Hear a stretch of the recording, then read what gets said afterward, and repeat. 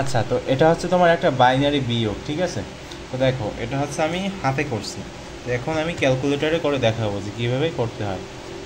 তো কী করবে এই ক্যালকুলেটরে প্রথমে তোমার কী করতে হবে, প্রথমে হোম মেনুতে প্রেস করে হচ্ছে তোমার কোথায় যেতে হবে বলো তো? তোমার এখানে বেসেন লেখা না, এখানে যেতে হবে। তো গেলা, যাওয়ার পরে এখানে ডেসিমাল থাকবে বা তোমার হেক্সাডেসিমাল থাকবে, যাই থাকুক না কেন, এই যে এখানে ফরম্যাট লেখা যে বাটনটা আছে না, এখানে প্রেস করবা।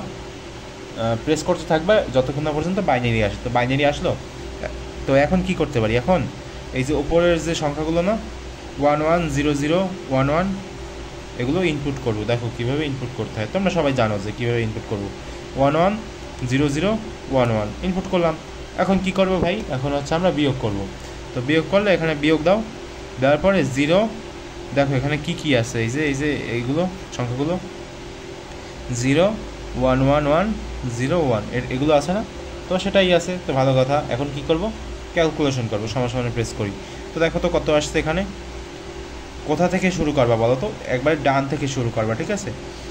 ডান থেকে শুরু করবা। দেখো এখানে কি কি আছে, 0 1 1, এই যে 0 1 1 0 0, এবার হচ্ছে তোমার 1 0 1 0, ঠিক আছে? বুঝতে কি পারছো? ডান থেকে শুরু করবা, তাহলে তোমাদের বুঝতে সুবিধা হবে এবং ম্যাথটা করতেও সুবিধা হবে।